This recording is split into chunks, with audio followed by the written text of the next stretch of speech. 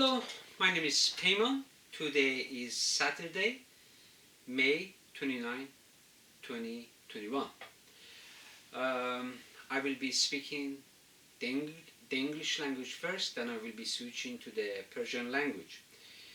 The topic that I picked, it is Mullah's proxy war with Israel.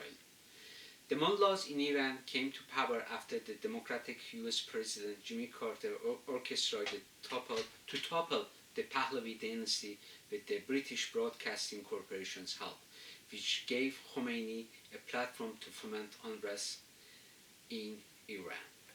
After Mohammad Reza Shah Pahlavi left Iran, Khomeini returned to Iran after 15 years of exile without feeling for Iran. Khomeini interpret domestic affairs and world affairs from the lens of his version of Islam. He believed the only way to resolve difference with the adversary was the annihilation of the adversary through violence. He did not believe in international relations, diplomacy, and politics. Ebrahim Yazdi was a Central Intelligence agent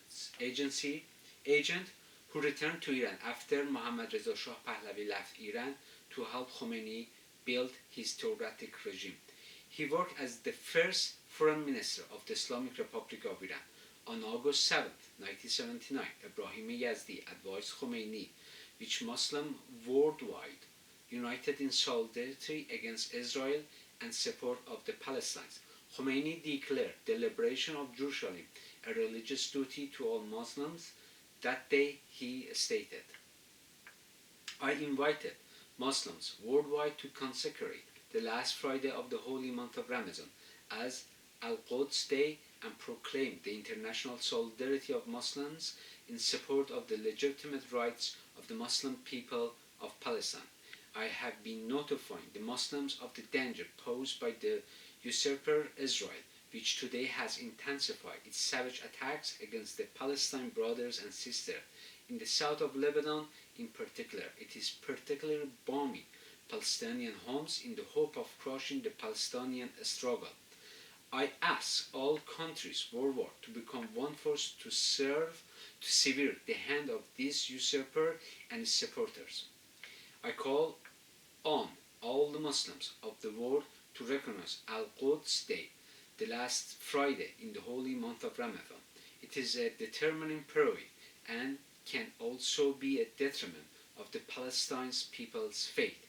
Through a ceremony demonstrating the solidarity of Muslims worldwide, announcing their support for the legitimate rights of the Muslim people, I ask Allah Almighty for the victory of the Muslims over the infidels." On June 3, 1989, Khomeini closed his eyes. However, his ideas began to perpetuate in Iran's international relations with Israel. The clerics began to provide financial means and military means to militant factions in Lebanon and Palestine to wage war with Israel. Therefore, Israel is left alone in the Middle East with one policy available to exercise: sit and wait when the enemy drops bomb on them. The mullahs in Iran are in a proxy war with Israel. Consequently, the world is an unsafe place as a result of mullahs' foreign policy. The mullahs are buying guns and bullets from Russia and hands the firearms and ammunition to Palestinian militants to kill innocent Israelis.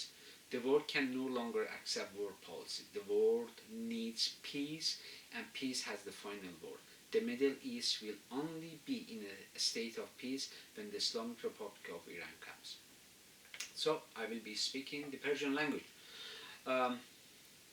همه ماها به خاطر داریم که چجوری آقای جیمی کارتر شروع کرد در ایران آشوب را انداختن. پادشاه پاک ما آدم بدیه. BBC کمک میکرد به خمینی که بیا آشوب در ایران را بنداز.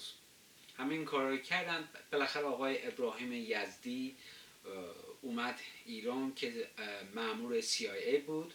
همه اینا رو من ثابت کردم در ویدیو کلیپ هایی که انجام دادم، در کتاب هایی رو که نوشتم، آرتیکل هایی که تو بلاگم زدم، همه اینا ثابت شده است.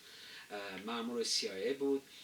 وزیر امور خارجه تشریف داشتن و در ماه آگوست روز 7 سال 1979 ایشون به خمینی میگن که بیا بگو که رو آخرین جمعه ماه رمضان روز قدس، اون روز رو ما جشن میگیریم و برنامه ریزی میریزیم که اسرائیل رو نابود کنیم. آخه این چه نوع انسانی که حرف از آدم کشی میزنه؟ انسان خوب حرف از آدم کشی نمیزنه. و باعث شده که مردم اسرائیل بیپناه باشن، همیشه مورد هدف قرار میگیرن، بمبارون میشن و واقعا حمایت دنیا رو لازم دارن.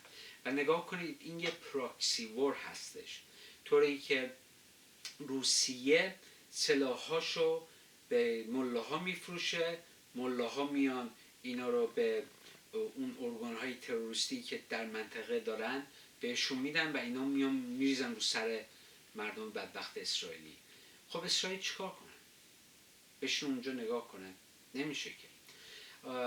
این مسائل هستش، باید این مسائل صحبت بشه، گفته بشه و دنیا، من یک انسان صلحجو هستم و دنیا دیگه نمیتونه تحمل کنه، واقعا دیگه بسه این آدم کشی ها. خیلی ممنون.